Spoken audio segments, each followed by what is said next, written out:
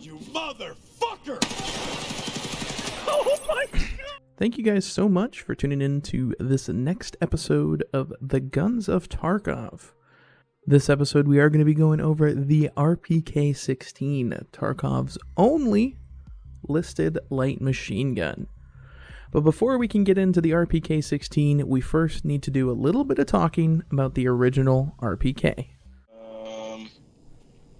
Both of my legs are blacked. They're blacked? Okay. Yeah. I gotta see a message. There you go, buddy. For as long as there's trees in the forest and fish in the sea. Thank you.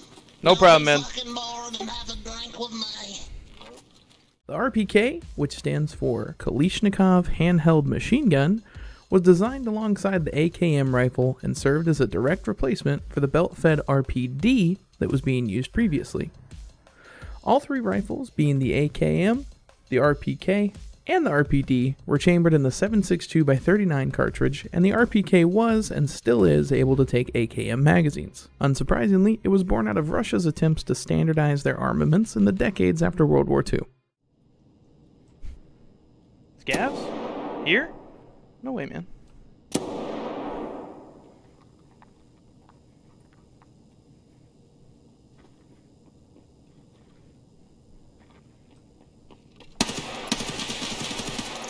Got another one? From the face value, you may look at the RPK and say that it's just an AKM with a long barrel, but the differences actually go a little bit deeper than that. While the RPK barrel is longer, it's also heavier, allowing the RPK to be fired longer before losing accuracy from an overheated barrel. Quick side note though, unlike some other squad automatic weapons of its time, it did not have the ability to quickly change barrels, what could become a problem under sustained fire. However, the main differences between an AKM and the RPK are the length of receivers, receiver material, and the style of trunnion. The RPK receiver is slightly longer than the AKM's receiver, which was done to limit rate of fire compared to the AK. RPKs can also be identified by the bulged front receiver, which houses a larger reinforced front trunnion. This is exactly like the Vepr Hunter we spoke about 2 weeks ago, as Veprs are built off of RPK receivers. One more major difference is the steel thickness of the lower receivers. AKM receivers generally have a 1mm thick receiver, whereas the RPK is stamped from a slightly thicker 1.5mm sheet steel. Generally speaking, RPKs can be seen as a more hefty version of the AKM that has been beefed up to better accommodate excessive volume of fire. There's a scav on the stairs. No, you're at the wrong stairs. You went to the wrong stairs.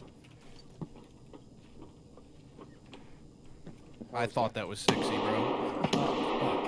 Yeah, Just killed a they're scav. they're in the bathroom now. Watch the bathroom door, Zach. I got you.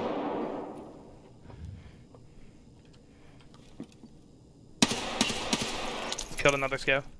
After its life as a 7.62x39 gun, the RPK was eventually upgraded to the RPK-74 and rechambered for the 5.45x39 to stay in line with the new AK-74 rifle in the mid-70s, where it stayed until about 6 years ago.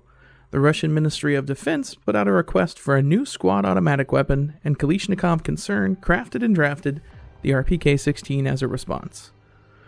The RPK-16 is an RPK-74 that has been brought into the 21st century. Well, at least to 2016, when this program was going down. Based off of the AK-12, the RPK-16 comes with all the super fun SAW features that you know and love. Thick boy 95 round magazines, easy to swap barrels, and even backwards compatibility with AK-74 and AK-12 magazines. In 2008, the Russian government chose the RPK-16 to replace the RPK-74, and the project's success has even encouraged Kalashnikov Concern to begin work on a belt-fed LMG, in hopes of being the first Russian Army-adopted belt-fed LMG since the RPD. Buy a little bit more AP 2020s, baby.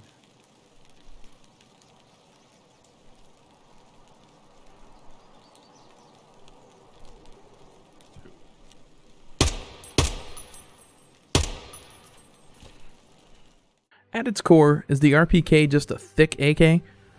Yeah, kinda, but it does have some factors that come into play and allow it to fill its role better than an AK with a big magazine.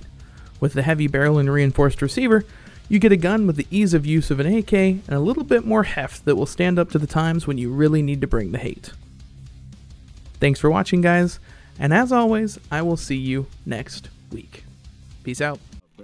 I'm going to be your fucking Never mind, I got a bad feeling about that Me, I just shot a scav in the face. goddamn movie. piece of shit! What's going on over there?